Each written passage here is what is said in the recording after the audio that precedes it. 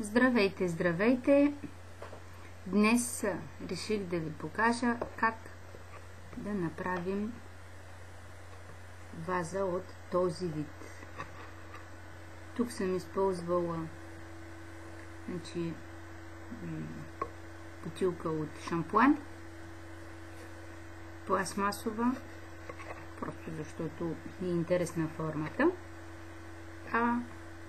Аз ще ви покажа днес на бутилка от вино.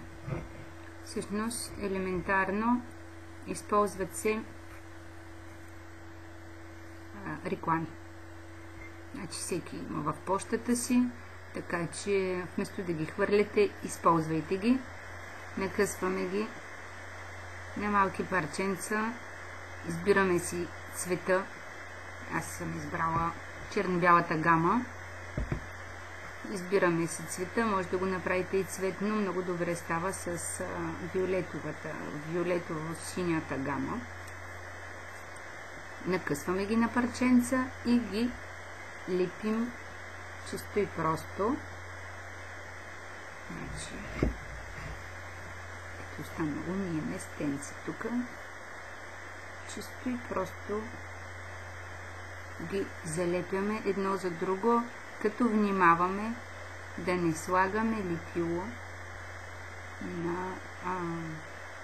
на горната част.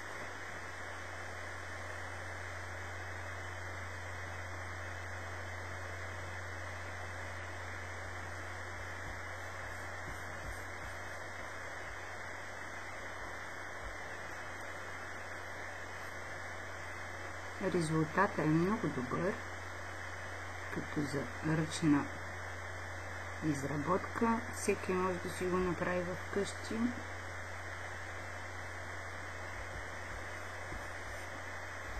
Но държа да кажа, че не е особено бързо. Значи просто трябва да се заредите с много търпение за залепянето, за облепянето на бутилката с тези. И ето. Бутилката ни е готова. Така. След това ще ни се наложи да използваме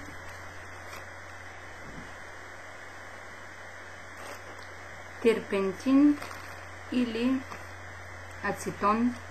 Аз пробвах с терпентин, сега ще пробваме с ацетон да видя какво ще стане. Просто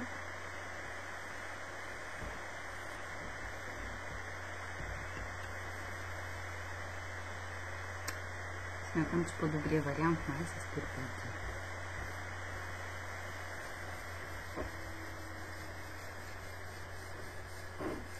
Така, съвет, който ще ви дам, като използвате рекламите, опитайте се да взимате само полчаса, но не е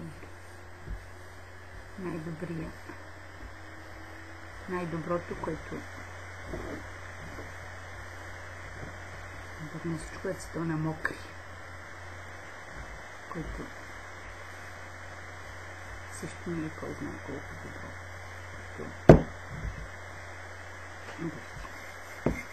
Така ще ви покажа, но ацетона определено мокри. Така че аз ще премина на варианта терпентин. Определено е по-бързо. Мирише по-силно. Всъщност не. Мирише по същия начин. Силна остра миризма. Гледайте да го правите в проветрено пространство или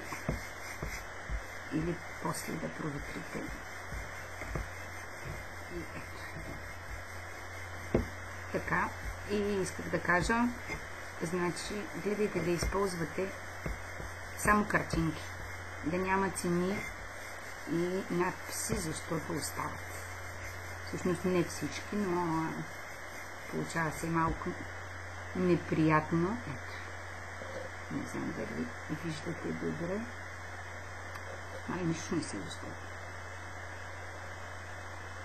което на мен не остана тук. Но пък опита учи.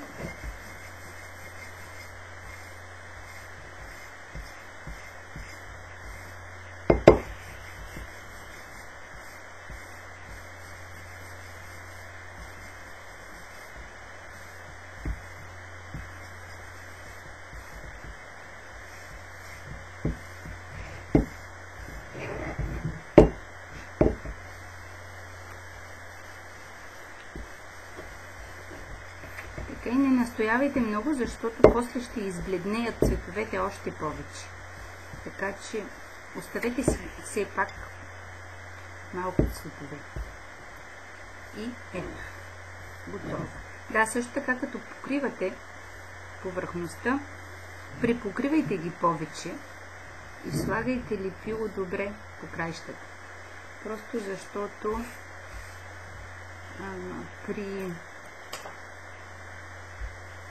при мазането с терпентина, при обезцветяването, някои от ръбчетата се отлепят. И аз ги отрязвам, но ако не ви е препокрито, ако не са ви добре препокрити, ще ви останат празни пространства. И ето ви го готовият вариант.